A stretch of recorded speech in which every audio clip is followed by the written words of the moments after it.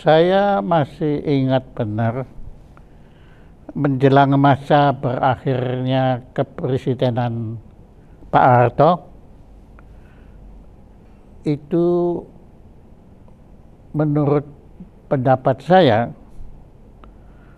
kabinet pembangunan, kalau nggak salah disebutnya kabinet pembangunan ke-6 tahun 93-98 itu, dan sebetulnya sebelumnya juga sudah saya rasakan kalau di dalam khasanah basket bola Amerika Serikat itu disebut sebagai the dream team, karena pada masa itu saya kira saya berani menyatakan itu kabinet Pak Harto itu yang terbaik bukan hanya di Indonesia tetapi di dunia. Ya itu yang menilai kami, Pak. Jadi dalam arti itu kita berat karena kami kan tidak duduk di dalam itu. Kalau Bapak yang ngomong nanti dipikir Bapak menyombongkan diri, ya. Dan di dalam kabinet itu hadir seorang yang pada waktu itu saya nggak pernah mimpi kalau pada suatu hari saya berkesempatan mendapat kehormatan bisa mewawancara tokoh yang saya kagumi itu. Jadi dari kejauhan saya itu sudah mengagumi Bapak. Sebagai rakyat jelata mengagumi pemimpinnya. Kalau saya dulu beruntung dekat itu dengan Pak Parjo Rustam, Bapak Rustam dan Bapak Sudomo, di samping Bapak Surono, jadi 3 su itu ya. Tapi saya belum sempat wawancara Anda, dan belum kenal ya, kenal dengan Anda. Ya, kalau saya boleh saya panggil Anda Profesor, karena bagi saya Anda Profesor. Profesor itu kan gelar kehormatan betulnya. Nah, Profesor Utomo Usman. Utoyo. Adik saya itu Utomo, Pak. Bersaudara saya 8 semua pakai U. Utoyo, Udoyo, Utomo. Ya. Anda yang nomor berapa? Saya nomor 1, Pak. Keluarga Profesor Utoyo Usman ini memang keluarga hakim atau enggak? Bukan, Pak. Ya ada hubungannya, tapi dengan famili lain. Jadi keluarga saya itu, saya terus terang menyebutkan, aku bangga kalau bilang keluargaku itu keluarga guru. Bapak saya itu Raden Usman Mangunhatmojo, itu pada dasarnya dia itu pernah mau ngambil titel dokter ya di Geneeskundige Hogeschool ya di Jakarta. Tapi sempat karena diskriminasi itu berantem sama profesornya. Tapi akhirnya jadi dia tidak jadi dokter, ya toh. Dokter apa dokter? Dokter, physician ya. Diskriminasi. Iya. Diskriminasi apa? Ya soal apa memandang orang pribumi itu orang yang nggak begitu ya macam jelek lah. Ya, itu dan tahun memang berapa? Ada benernya. Berapa? Masih jam Belanda itu. Oh iya. Ya karena itu ya saya terus terang saja ek-spreek nog Hollands ya.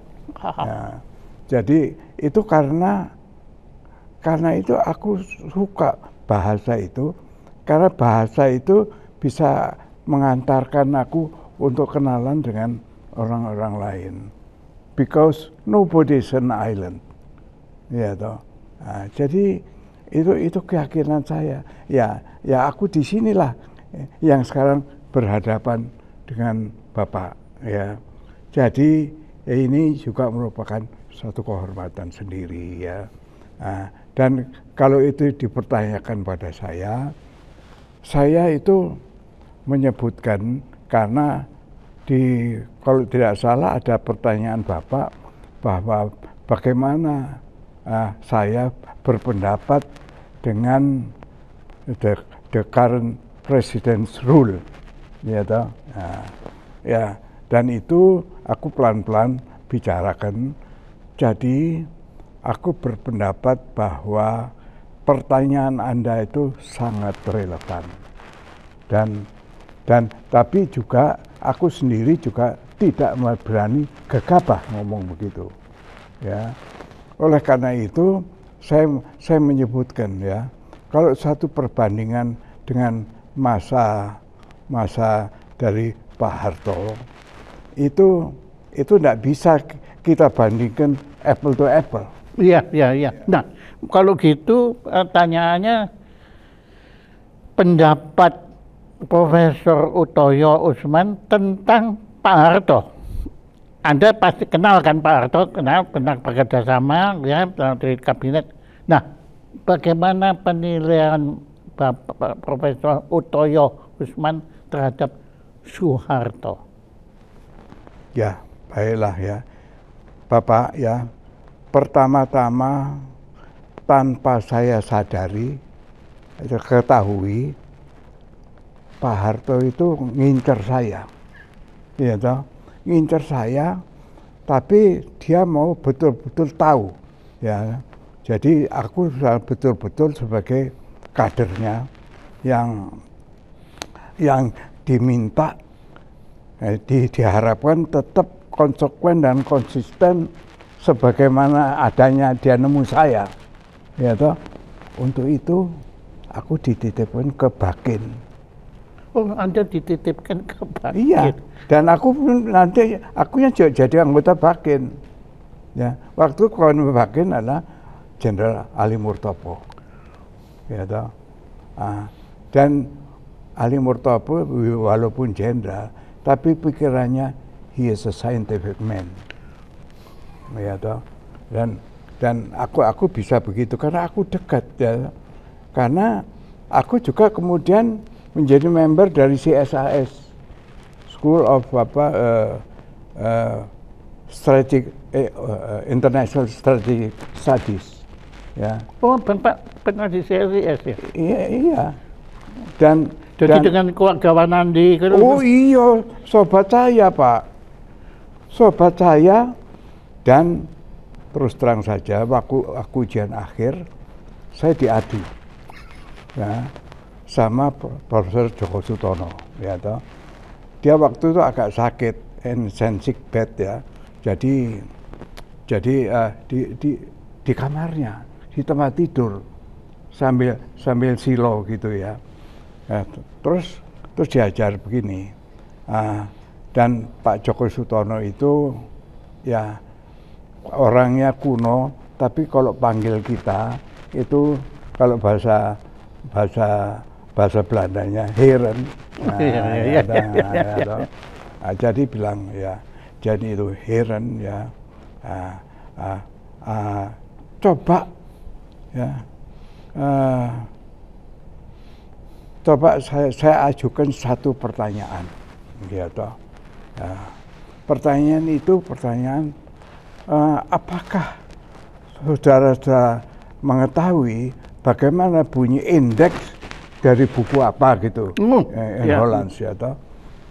Loh, waduh celaka ini. Kalau kita tidak pernah ketemu buku itu mana bisa ngomong indeks ya kan. Tapi si Bianchi jawab, ya toh. Wah, dia jawab, jawabannya benar ya. Karena apa? Karena ternyata Bianchi sama Biankun apa itu sekolah, saudara-saudaranya banyak sekolah di negeri Belanda. Nah, waduh. Jadi dan dia kebetulan ya selalu dapat buku-buku dari negeri Belanda. Dia bisa jawab, Pak. Ya.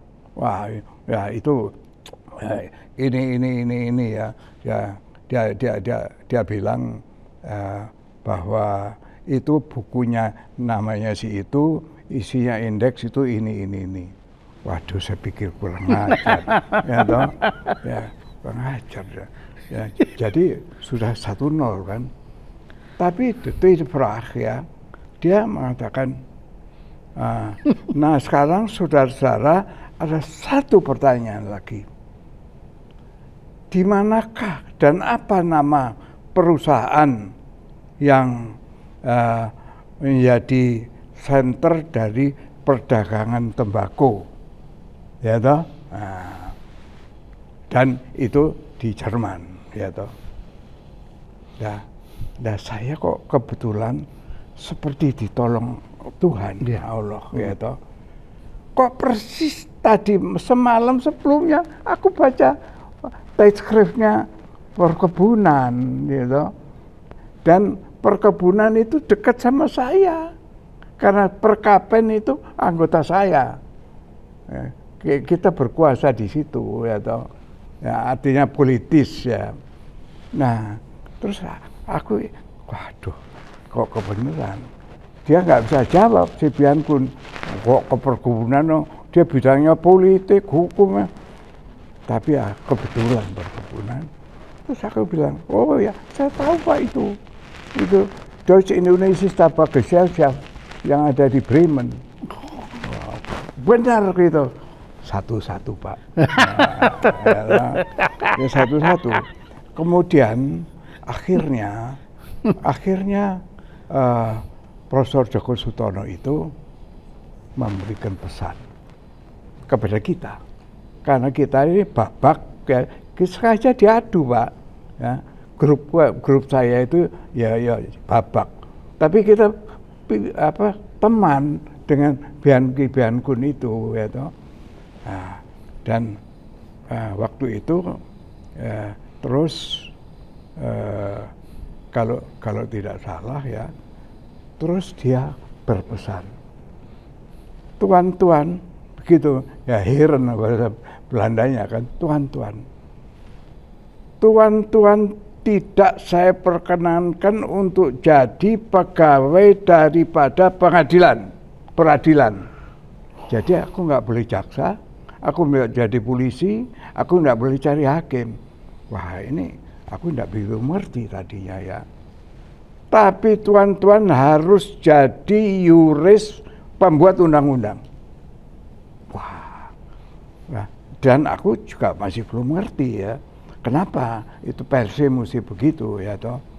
Tapi kemudian ketika aku ini harus sudah bekerja setelah studi selesai, ya, dan itu karena adik-adikku semua belum ada yang tingkat akademis ya, jadi aku berhenti kerja ya, tapi terus ini jadi aku terus bekerja, dan bekerja aku masih tetap pada, aku masih terngiang apa yang dibilangkan oleh dekan saya, dia kok harus jadi yuris pembuat undang-undang. Loh, kalau begitu aku kan mesti ada di parlemen. Iya. Iya toh. Nah, ya, kemudian aku dalam ketidakpengertian itu, aku mengaca. Di kaca aku bilang, lu itu mau jadi apa? Nah, yuk, cita-citamu lewat mana kamu? Kamu akan mencapai sesuatu bagaimana caranya? Terus aku mikir Pak, aku ingat ini dekan ya toh. Jadi ke situ aku bekerja ya toh. Dan aku ini Pak, aku ini bondo nekat. Karena saya ini orang Jawa Timur, Pak, ya toh. Nah, jadi ya maaf ya. Tapi aku tidak begitu nekat ya toh, kalau tanpa bimbingan pemikiran ya. Aku terutama sebagai hukum itu sebagai ilmu pengetahuan ya toh. Jadi hukum itu bukan karena jurusan, karena dalam ilmu pengetahuan itu ada communis doctorum opinio, kesepakatan ya. Tapi kalau soal jurusan dengan 2 yuris itu ada 4 pendapat. Nah, dus itu aku enggak pakai. Jadi aku selalu orientasi pada itu. Ya. Dan maaf, aku sendiri juga ya waktu pandemi itu aku kembali ke Tuhan saya, Pak. Ya toh. Ya, aku maaf, aku jadi sebelum itu aku jadi manusia bergajul. Karena aku belajar dari teman-temanku, pimpinanku, sing militer semua. Ya, you tahu toh, ya, ada. Nah, tapi ya itu waktu pandemi aku sadar. Karena aku mulai bicara sama Menteri Agama sekarang, yaitu Imam dari Masjid Istiqlal, ya toh, yang sekarang dia jadi Menteri Agama. Dan aku telepon dia, Mas, aku ini kok baca Al-Quran, ya, kok seperti baca buku hukum. Iya, itu benar, itu hukum Islam. Wah, aku makin ngotot saya baca Al-Quran itu toh. Terus di Al-Quran itu ada macam-macam saya ini kan ya, Mas, karena itu kalau kita pindah ke alam baka konon, ya toh, itu malaikat akan tanya, Mas, sholat sampean niku sampun genah mboten? Wah, cilaka, masih belang bonteng ya, enggak bisa 5 kali satu hari itu onsen ya, belum bisa. Tapi aku ngerti, ya. Terus aku, ya, mau nggak mau, ya, ini anak saya, ya, yang di luar itu si Tommy itu tak dadekno imam, Pak. Makmumnya ibunya sama saya, ya toh. Nah, dia yang mengantarkan itu. Tetapi imam dari keluarga ya aku. Ya jadi aku boleh marahi dia. Iya. Nah, jadi di situ aku dapat ya bahasa Belanda ingeving ya. Iya. Wahyu. Wahyu. Nah, jadi aku juga bersyukur dan berterima kasih ya toh. Karena saya di samping itu saya ini orang Jawa. Ya. Dan ngerti bahasa ngerti osangkan paraning dumadi, ya toh. Dan itu memang dibuktikan karena dalam agama apapun adanya kamu itu membuktikan adanya Allah, adanya Tuhan. Ya, nah, ini yang engaging yang aku dapat zaman itu, ya. Terus ya aku lempeng saja, ya toh. Jadi umurku juga kira-kira sudah 60 toh. Ya nuwun sewu ya, umur 60 itu percuma. Si anak kecil di bawah juga sudah bisa nembak kan. Ya, jadi loh, ngapain aku gila-gila? Aku tunduk. Aku ingin moral dan etik untuk menjalankan hidupku. Ya.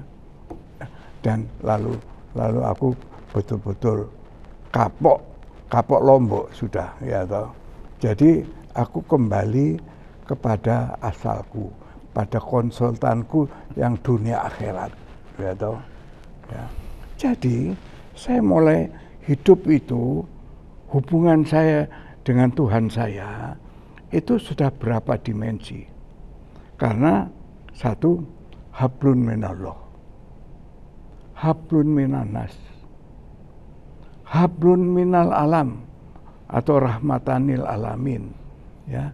Nah, terus yang terakhir itu aku juga mau berkonsul dengan Allah, karena konon peradaban dunia ini sudah tidak jelas perkembangannya bagaimana itu, ya.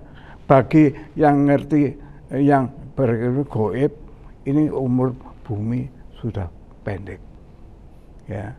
Tapi bagi yang juga yang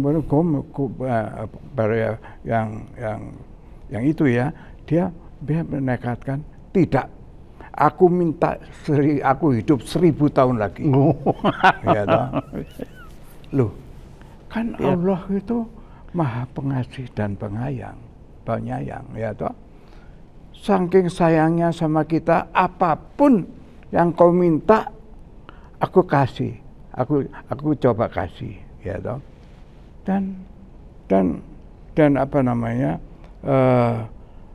Jadi umpamanya sekarang dia minta, ya Tuhan, proyek korupsi saya itu, mbok Tuhan restui, aku bisa, aku mohon bantuan Pak, ya, oh Tuhan, ya toh, itu dikasih, tapi di balik itu nanti di akhirat itu tangan kita, tangan, kaki, mata, mulut itu yang menjadi saksi. Jadi waktu itu si kaki bilang, oh iya Tuhan, saya suka dibawa ke binaria, ya toh, ya ke tempat-tempat yang nggak jelas itu, ya toh, ya. Terus si tangan bilang, itu yang punya tangan ini Tuhan itu suka pegang-pegang yang dia tidak boleh pegang, ya toh. Jadi itu yang menyaksikan ini bukan kita sendiri. Jadi nggak lepas itu, ya. Itu hukum itu berlaku sebagai hukum, ya toh. Nah, dan oleh karena itu kembali, ya, saya kok terus ada kesadaran berpikir, aku tidak boleh menjadi orang satu yang tekebur adiguno, ya toh. Karena itu Allah tidak menghendaki orang kabur seperti itu, ya toh. Jadi ya aku better aku dengar toh supaya aku selamat dunia akhirat, ya toh. Ya itu aku ikuti juga, ya. Jadi Pak, aku dimensi hubungan dengan Tuhan sudah 4, ya toh. Dan itu yang akhirnya aku jalankan, Pak. Ya, memang it's a belief. Dan a belief itu you just believe it or not. Never ask why. Iya. Ya toh. Iya. Jadi ini yang aku anggap aku sudah ya kembali ke asal, Ke ya fitrah. Ya fitrah, ya toh.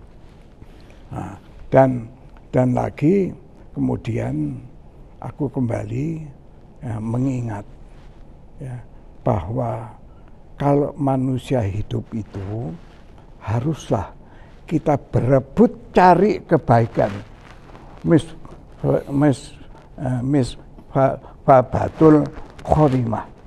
Khorimah itu dari khairir, ya. Jadi itu yang baik, ya toh. Nah, jadi ini itu nancep, Pak. Aku kembali. So that's me, Pak. Nah, that's me. Ya, ini untuk menyampaikan bahwa menjawab pertanyaan tadi, suatu perbandingan zaman Pak Harto dan zaman sekarang itu tadi, ya. Dan aku bilang itu tidak bisa apple to apple. Itu tergantung dari masa pada waktu itu, ya. Masanya itu ya tidak bisa kita kesampingkan, ya, dan dia bandingkan itu. Nah, ya kemudian saya menjadi saya, dan dalam riwayat hidup saya, aku kok dikaruniai penghargaan dari negara. Aku terima 2 bintang Mahaputra, ya toh. Dan buat saya itu aku betul-betul mensyukuri, ya toh. Dan karena aku ini mencoba menjalani kehidupan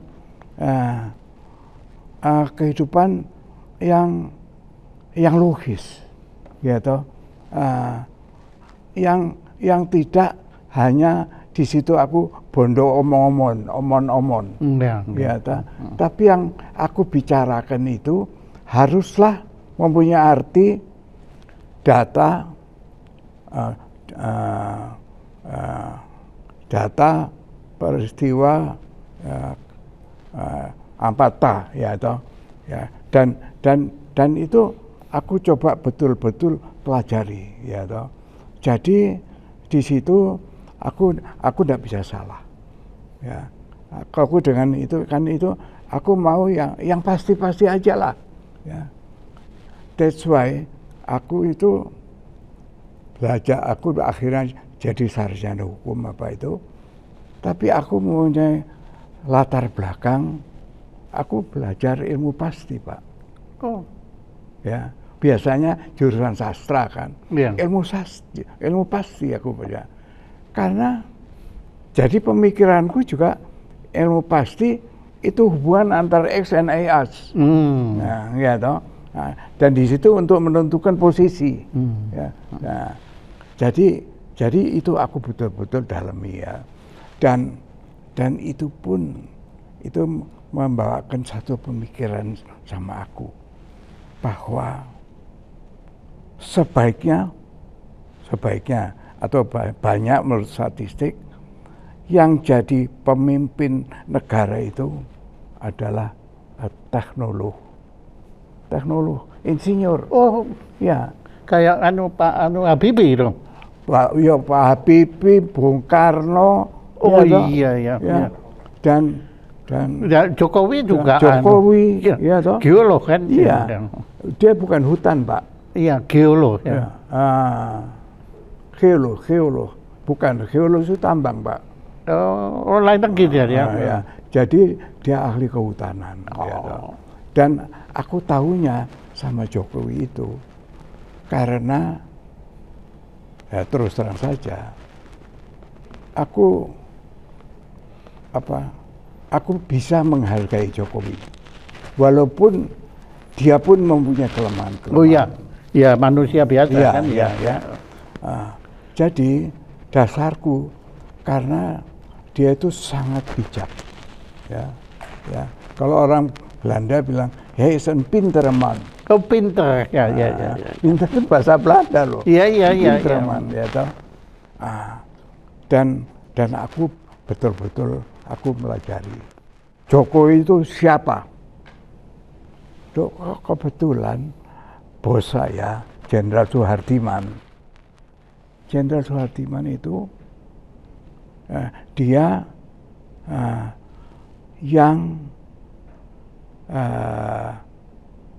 yang mengatakan pada Jokowi, Mas Jokowi waktu wali kota, sampean iku satrio piningit dan sebentar lagi Anda jadi presiden.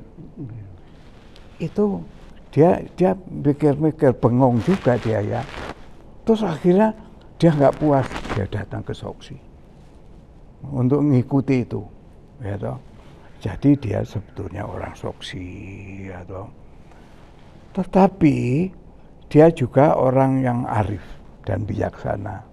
Dia pakai wisdom, ya toh. Ya, walaupun ada kelemahannya, ya. Jadi dia itu kemudian terus berdialog dengan orang Soksi, ya, yang juga mengharapkan yang terbaik buat dia, ya. Dan dia tetap konsisten itu, ya toh. Tapi dia juga bijaksana, ya. Mestinya dia ya memimpin Soksi aja sekalian, ya toh. Tapi tidak, dia juga arif, ya toh. Karena buat apa, ya toh. Kalau begitu aku cuman punya kekuatan Soksi, tapi aku tidak memanfaatkan bahwa dia seorang presiden dengan banyak kekuasaan yang berlebih menurut Undang-Undang Dasar 45, ya toh. Nah, dan di situ ya aku belajar kenal, ya toh. Terus aku memang milih Jokowi, ya toh.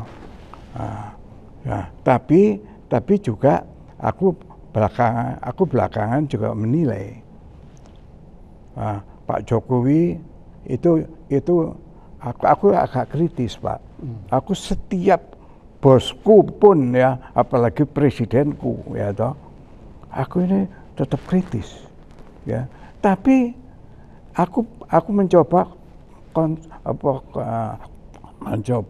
kritis tapi konstruktif. Because apa?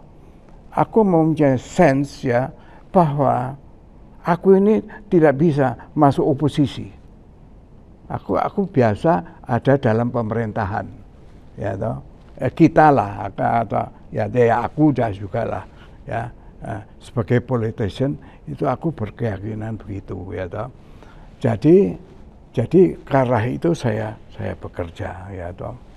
Nah, ya terus dalam gerakannya Ibu Jokowi, dia pernah kepepet karena di musim Bu Megawati yang mengatakan, loh Pak Jokowi itu kan kader PDIP ya toh. Loh Pak Jokowi bilang loh iya ya dia konsekuen ya toh. Karena itu sebagai bukti waktu hari ulang tahun PDIP kemana, Jokowi mengucapkan selamat dengan memilih anggrek yang warnanya ungu. Itu apa Pak artinya? Saya tidak ngerti Pak. Ya. Anggrek yang warnanya ungu, ya toh. Dan itu diserahkan untuk membuktikan tidak. Ya saya mengakui kader itu ya, kader itu ya. Tapi ya sekarang saya sudah presiden, ya toh. Nah, presiden itu aku punya aspirasi politik yang lain, ya toh. Ya, jadi menurut wawasan yang diterima dari Jenderal Suhardiman bahwa dia itu Satrio Piningit, ya toh. Iya. Nah, sekarang kan Pak Jokowi kan sudah selesai tugasnya. Sekarang kan presiden baru. Ya. Prabowo. Iya. Bapak juga amati beliau. Iya. Nah, pendapat Anda bagaimana? Pak, aku sing dukung Prabowo, Pak. Iya, dah makanya itu. Ya, aku dukung Prabowo karena saya ikut senang, ikut nanti mau mengharapkan apa-apa. No. Tapi I know life of his family. Karena yang diberikan kuasa oleh Pak Harto untuk mengambil Profesor Dr. Sumitro Jaya Hadikusumo, ya, itu adalah Jenderal Suhardiman, my boss, my boss, ya toh. Lalu waktu dibawa keluarga itu ke sini, Prabowo ikut, ya, dan Prabowo itu rada sakit hati, dirasani. Prabowo itu bukan ini ya, Prabowo itu bukan TNI dia, entah tentara Jerman apa tentara apa itu temannya itu Raja Yordania kan, apa itu ya toh. Jadi dia pulang itu rada marah hatinya, tapi dia nekat, dia masuk Akabri, ya toh. Di Akabri dia ternyata bisa mendapatkan Adi Makayasa. Iya. Ya toh. Ya, di mukanya itu yang terima itu adalah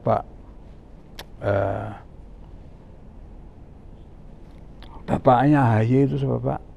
Bapaknya AHY. SBY ya toh. SBY ya toh. Dan aku tahu itu semua ya toh. Dan aku tahu Prabowo itu ditolong oleh Bung Karno, Pak Harto. Karena Bung Karno itu tidak suka karena dia PSI. Ya, PSI yang kanan lagi. Ya. Ya, kalau PSI yang kiri kan PKI, Pak. Ya toh. Ya, Jadi itu yang jadi sebab aku tahu persis kehidupan si Prabowo, ya. Si Prabowo itu dari lahirnya dia jiwanya sudah tentara, ya toh, ya. Nah, jadi sebagai tentara yang mulai dari idenya itu karena dia di Inggris itu dia merasa seolah-olah dia prince dari Inggris, ya, ya, yang juga merupakan ksatria pembela daripada raja, ya toh. Nah, yang gambarnya itu duduk di meja bundar, ya toh, pedangnya semua ditaruh di sini, once for all for once. Oh, Excalibur. Iya, Excalibur, ya. Nah, jadi itu cerita itu atau sejarah itu cerita, walaupun cerita tapi ya merupakan sejarah, merupakan kepercayaan orang di Inggris, ya. Jadi Prabowo pun merasa he is a knight. Oh. Ya toh. Nah, he is a knight. Ya, Camelot. Ya, ya toh. Nah, jadi itu yang menjadi pegangan saya, ya toh. Karena aku tahu the life and love daripada Prabowo dengan family. Mulai aku kenal Profesor Doktor kakaknya Prabowo itu siapa? Kakaknya Profesor Joko, ya. Kakaknya Profesor Sumitro. Even siapa itu? Nah, ini loh Pak, aku datang kadang sudah lupa. Oh, ya. Ya. Tapi aku tahu namanya. Margono. Oh. Margono Joyo Hadikusumo. Ya. Bapak sendiri itu TNI juga? Begini Pak, ya, itu ada ceritanya. Ya. Jadi saya itu, aku ini banyak membaca Pak. Oke. Dan saya senang mengadakan studi perbandingan. Oke. Ya toh. Jadi aku juga cari di khasanah ya tentang hukum dan politik itu bukan hanya di Indonesia. Aku cari dari luar. Oke. Ya kesenanganku itu cari Inggris. Oh. Ya. Karena aku sadar walaupun orang Indonesia bisa merumuskan apa itu negara hukum, ya toh, ya, aku itu seperti si Lawli, itu orang pinter Lawli itu, ya, itu rumusnya itu, ya. Nah, cuman Lawli itu pernah jadi musuh saya, ya toh, tapi kemudian setelah dia menyadari kesalahannya, terus dia ngajak aku rujuk. Seconds. Jadi teman saya sampai sekarang, ya toh.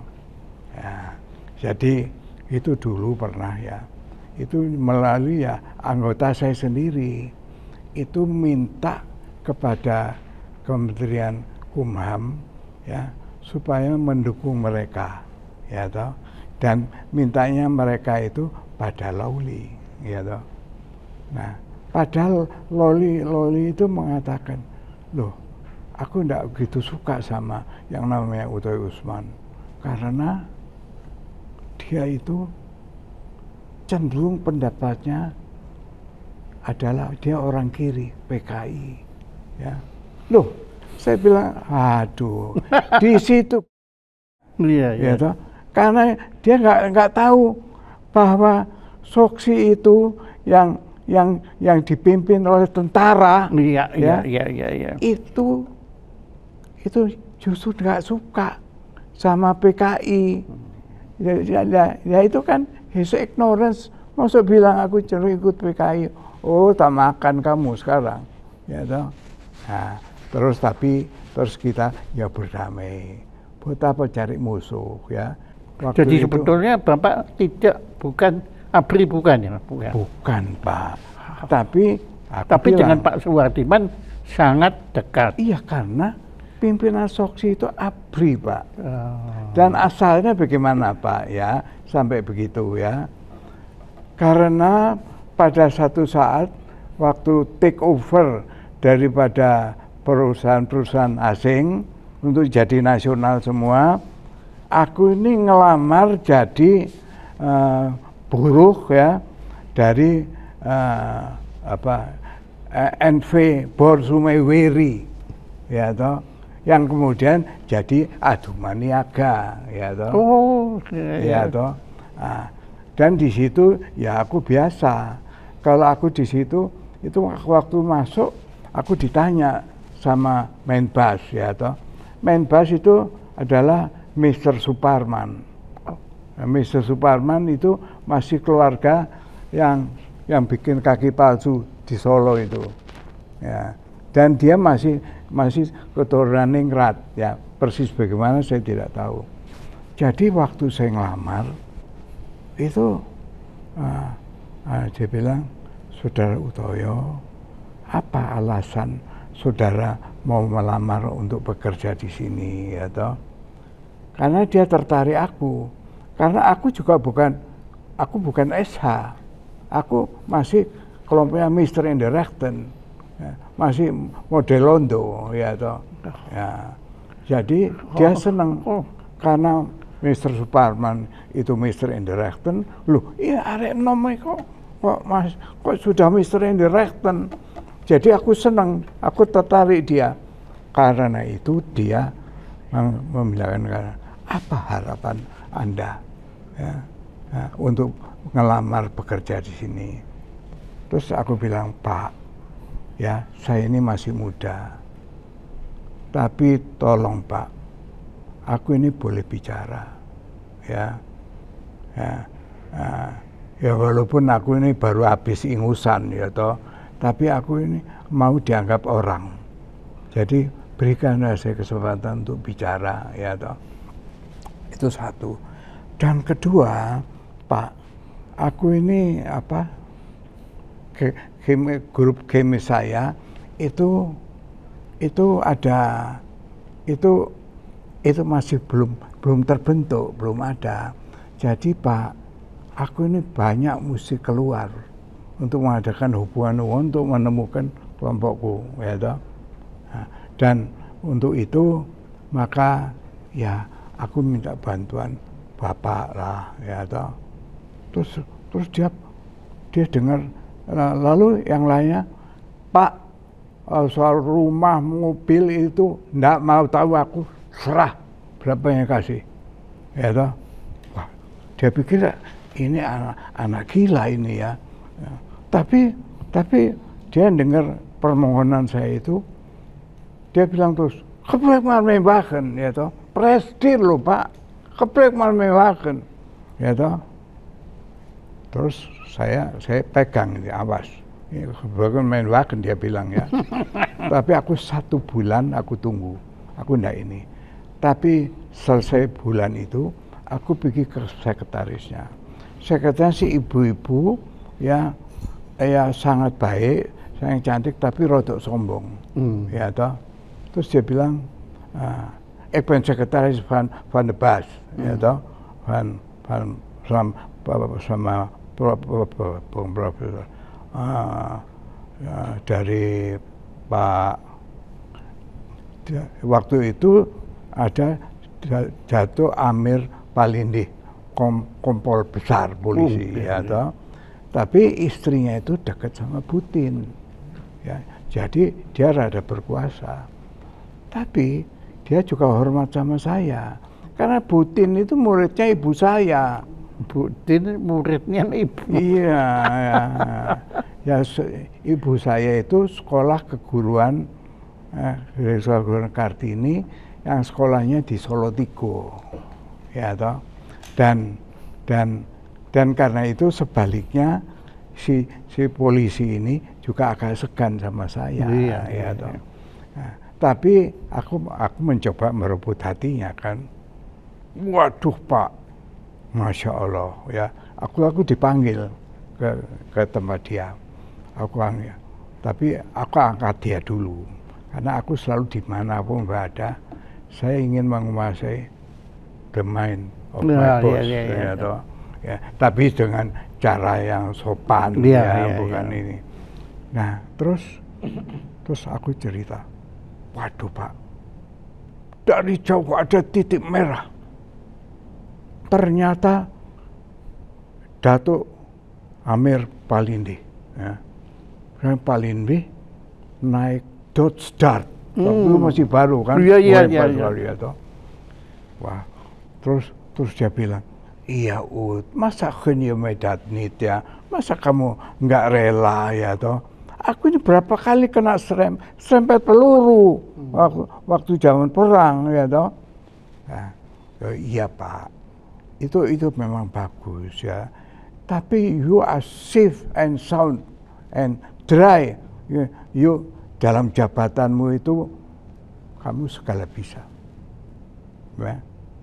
Tapi aku Pak, aku ini setiap saat aku bisa kecelakaan. Karena mobil yang sampean kasihkan saya itu kualitasnya mobil yang serodo bobrok, ya toh. Loh, jadi aku setiap saat aku menghadapi kecelakaan.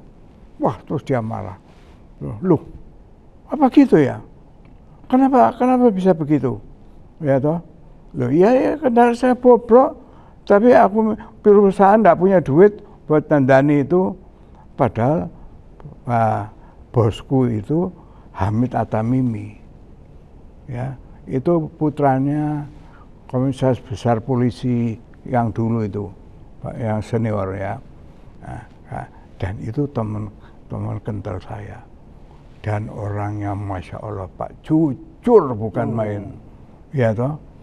Itu ada yang rumahnya itu di Kober sana.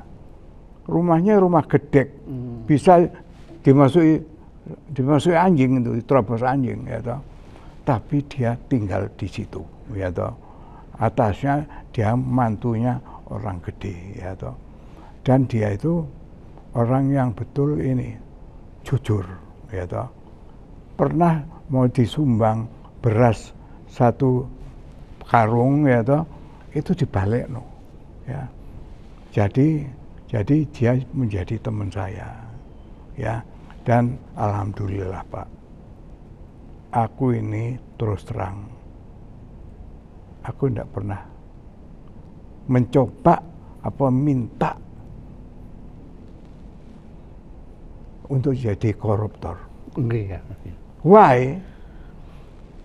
Karena kepercayaan Jawaku.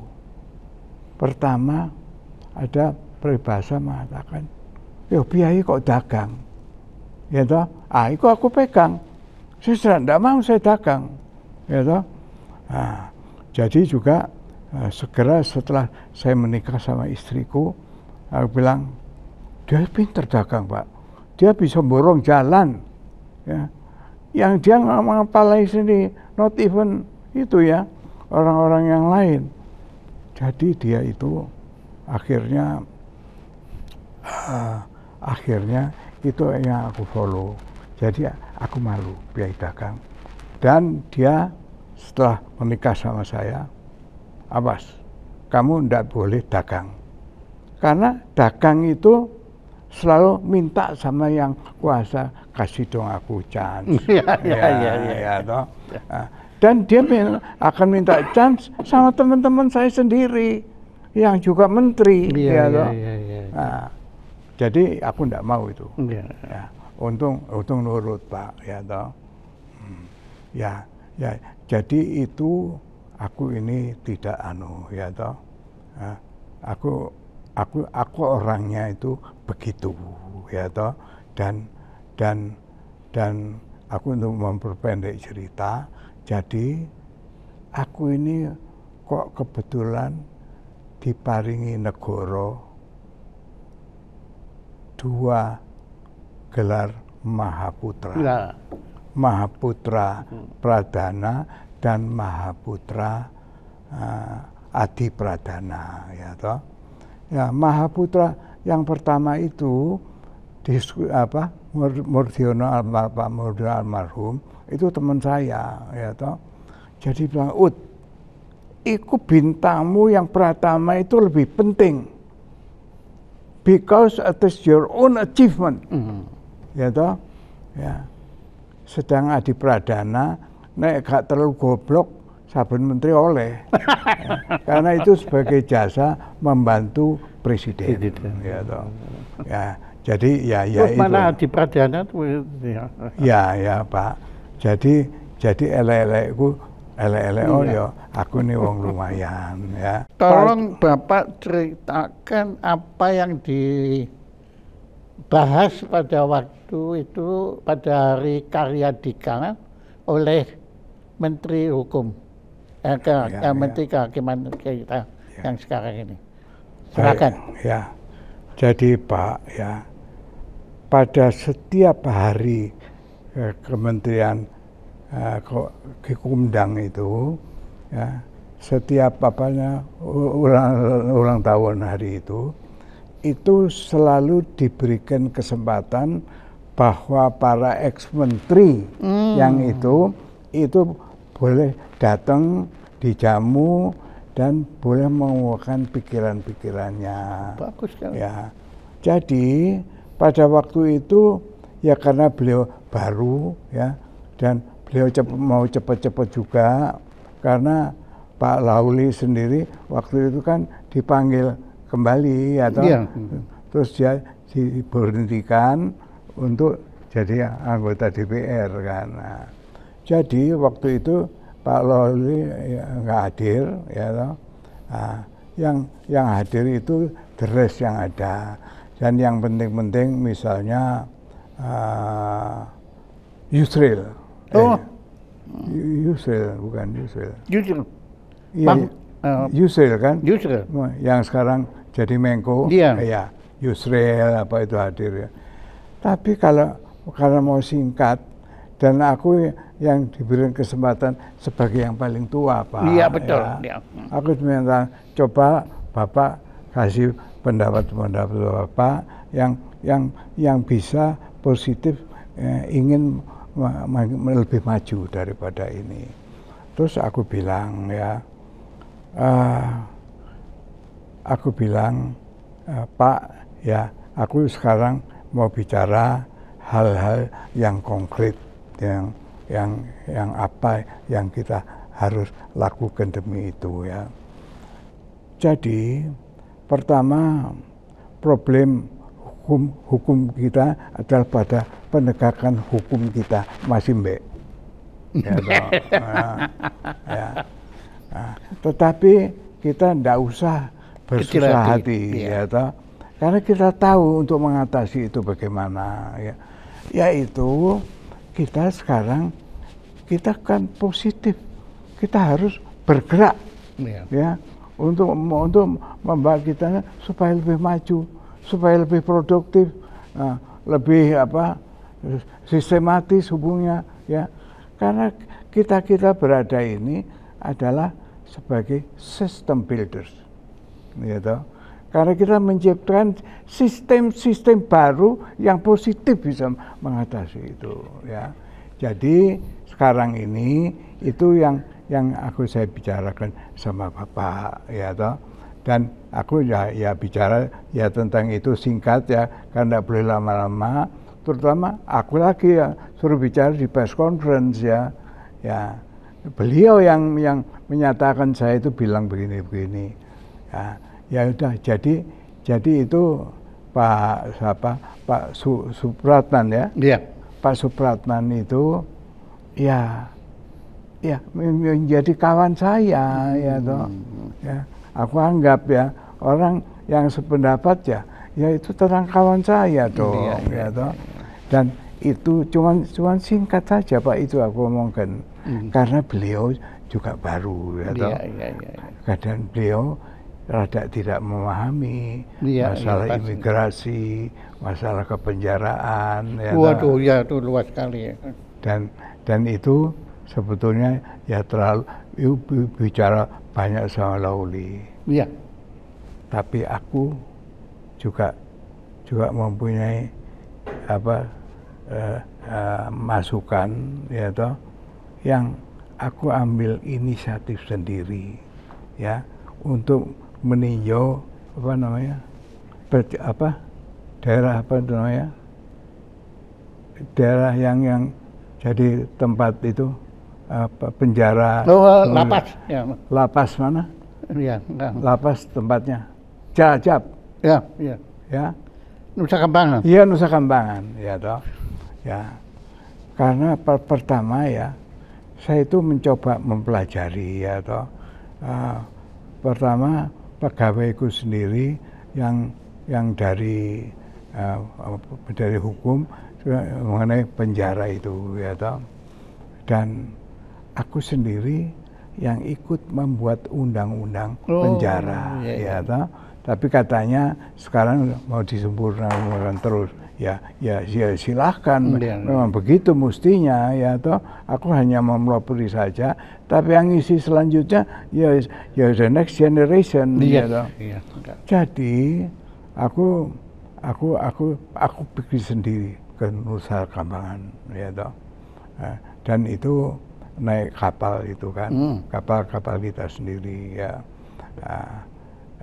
Itu kemudian dengan niat aku mau membina penjara itu secara lebih baik ya toh. Lebih manusiawi. Ya, lebih manusiawi. Karena di penjara di Genoa itu di gerbangnya ada tulisan liberty. Ya toh. Itu berarti bahwa keberadaan itu ini di penjara ya, itu karena handicap ya, handicap, dia tidak merdeka lagi karena kesalahan-kesalahannya sendiri, perbuatan sendiri. Jadi itu yang membuat aku berangkat dari situ ya toh. Dan aku misalnya kalau di penjara ya, aku mau makanan makanan bui. Iya. Ya, supaya aku ini tahu betul, ya, betul. Dan di bui itu yang juga menyedihkan, biasanya rumah-rumah pegawai itu sekitar bui ya toh. Dan orang-orang yang ada di dalam sebagai pegawai penjara itu seringkali lemparan makanan lewat tembok supaya dimakan keluarganya. Ya. Itu aku tahu, Pak. Ya toh. Ya karena itu aku mulai mau mengawai itu, aku mulai minta disediakan makanan di penjara itu persisnya bagaimana. Iya. Ya toh. Jadi makanan bergizi untuk iya yang penjara bagaimana. Iya. Dan orang penjara itu juga harus dikasihkan proyek-proyek buat bekerja. Ya toh. Dan aku menginvent itu, aku pelihara pisang Cavendish, pisang buat bayi-bayi itu. Iya. Dan jalan bagus ya, tapi nggak tahu setinggal aku bagaimana. Iya. Ya. Jadi aku positif, bahkan aku mengikuti teori untuk mempunyai penjara yang di luar penjara. Iya. Ya, tahu. Penjara tanpa. Ya. Jadi. Jadi I must tell you, aku juga penuh perhatian sama orang penjara. Sampai klubnya istriku itu, ibu-ibu itu menyanyi buat orang penjara sampai ada yang nangis ya. Nah, aku lupa lagunya, tapi betul-betul menyentuh. Dan itu istri saya. Pak, sebagai penutup, kan Prabowo sekarang menjadi presiden, Bapak yang beliau mendukung kan? Iya, nah, mendukung beliau. Harapan Prof. Usman terhadap Prabowo sebagai presiden, tolong. Ya, aku ini jujur, Pak. Iya. Ya, aku tidak hanya melalui menghormati kehebatan dia, memuji dia dan sebagainya. Oke. Tapi aku berani juga mengatakan awas. Oke. Ya, dengan kabinet yang begitu besar, ya toh, are you going to do the span of control? Yes, Friend, ya. Tapi dia orang jagoan, gitu. Orang yang nggak pernah mau kalah. Ya. Kalau tepat. Ya. Jadi itu aku akan bilang ya. Jadi seperti itu, gitu. Karena misalnya saja, loh, kok dia itu eksposisinya itu dia menjadi orang dunia, ya. Kalau berkuasa itu harus diakui oleh dunia, ya toh. Lain seperti Pak Harto. Pak Harto orang domestik, ya. Soal kebijaksanaan luar negeri dia nggak begitu ini ya. Ya. Nah, jadi orangnya itu Alex Alatas. Ya, begini orang itu. Dia juga teman saya. Ya. Dan ketika aku dipercayakan untuk menjadi pimpinan BP7, di BP7 itu ya, itu guyonannya itu, plesetannya itu, Bapak pergi pagi pulang petang pendapatan pas-pasan. Ya, itu BP7 secara solo ya. Tapi Pak, itu aku juga berterima kasih pada Pak Harto. Aku dikasih ke situ dengan program aku harus menatar Pancasila. Ya toh, ya. Tapi yang aku lakukan, aku tidak puas cuma menatar Pancasila, aku melaksanakan apa itu Pancasila. Mewujudkan Pancasila. Ya, mewujudkan Pancasila. Mengejawantahkan. Ya, mengejawantahkan. Dan itu kebijaksanaan itu aku terima setelah aku merasakan bahwa jabatan yang diberikan sama aku itu jabatan yang secara ideologis itu sangat sangat penting, bukan efektif, sangat utama. Iya, sangat utama lah, artinya sangat mendasar. Ya. Nah, oleh karena apa? Ya, oleh karena itu kebaikannya Pak Harto, biayanya berapa Pak? Bukan aja nasional, setiap kabupaten, ya toh, ya. Sampai ke kecamatan, ya, dibiayai dengan anggaran negara. Tapi juga ke dunia luar, aku menatar di Inggris, di Jerman, ya, di Amerika, on the same question, ya. Jadi itu aku berbuat ya sesuai dengan paham karya dan kekaryaan itu.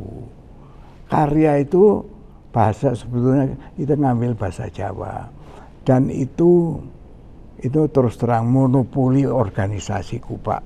Soksi itu ya toh, karena itu enhaving ya daripada kita bersama, terutama Pak Hardiman, dia kan juga orang Jawa ya toh. Pak Mujono orang Jawa, Pak Suko orang Jawa, ya, dan kedua orang itu notabene alumni Akademi Militer di Salatiga, ya, jadi juga bukan orang sembarangan, ya toh.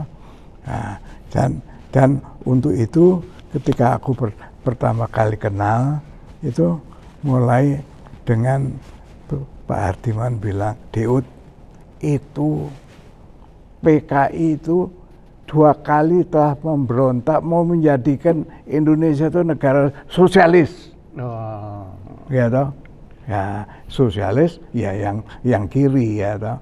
Nah, sosialis yang kanan waktu dulu pegang peranan, ya toh, karena orang pinter-pinter. Sosialis kanan itu ya Syahrir. Ya juga termasuk Profesor Sumito Djayadikusumo, ya toh. Iya. Nah, karena itu Bung Karno tidak mau, ya toh, sampai mereka hengkang ya keluar negeri ya cari keamanan. Tapi waktu zaman Soeharto dia orang yang rasional, ya toh. Dia suruh Suhardiman, ya. Nah, selain dia militer, dia juga Hardiman itu punya otak, ya. Dia sempat dapat Profesor Dr. Suhardiman, itu aku yang asistennya dalam waktu dia promoveren itu. Saya berada di sampingnya sebagai penasihat dia. Jadi betulnya Prabowo ini kelanjutan dari Pak Mitro ya? Oh iya dong, ya, putane ya toh. Ya, jadi Prabowo itu karena tersinggung ya toh, langsung dia masuk Akabri.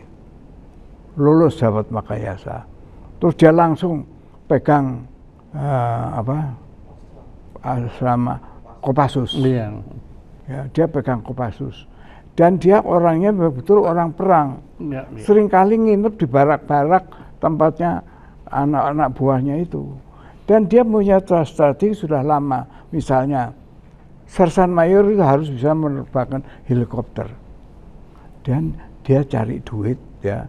Mungkin dikirimi saudaranya raja dari itu, ya.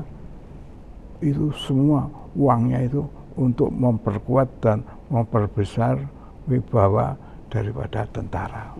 Ya. Dan tentara. Jadi Bapak yang mengharap ini beliau akan menjadi presiden yang baik. Iya Pak, iya. Tentu Pak. Iya, ya. Nah, tapi aku ini aku terhadap setiap atasanku, presiden sekalipun, aku tetap kritis. Iya. Tapi aku juga kritis, tapi aku berusaha konstruktif. Ya, bukan destruktif. Iya. Jadi itu aku, ya toh. Dan untuk itu aku sekarang bicara tentang Prabowo, aku berusaha juga tetap kritis aku, ya toh. Dan aku kritis ya. Tapi Prabowo masih kuat, ya toh. Cuman hati-hati dengan kabinet yang besar begitu besar, ya toh. Ya itu kontrolnya. Tapi dengan tugas-tugas yang cuman sedikit-sedikit diberikan pada menteri maupun menkonya. Jadi ibarat kata itu suruh maju tapi dipegang buntutnya. Dan itu ya toh. Tapi juga dia tidak mau ya dianggap jadi musuh orang banyak. Jadi kabinetnya itu kabinet perdamaian. Perdamaian dengan dunia. Dan itu tidak salah. Karena di dalam pengantar undang-undang mukadimah undang dasar kita adalah wajib hukumnya untuk ikut di dalam menciptakan perdamaian dunia.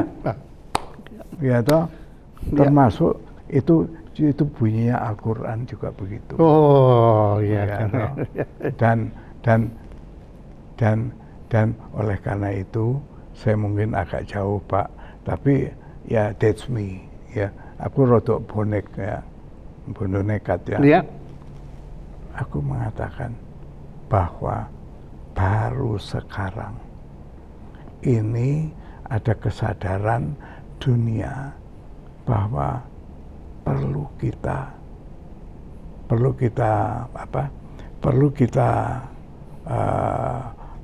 perhatian ya, perlu kita perhatikan bahwa, tapi bagian ini nggak perlu dimuat ya Pak, ya. Karena itu masih peka ya, walaupun sebenarnya sudah selesai.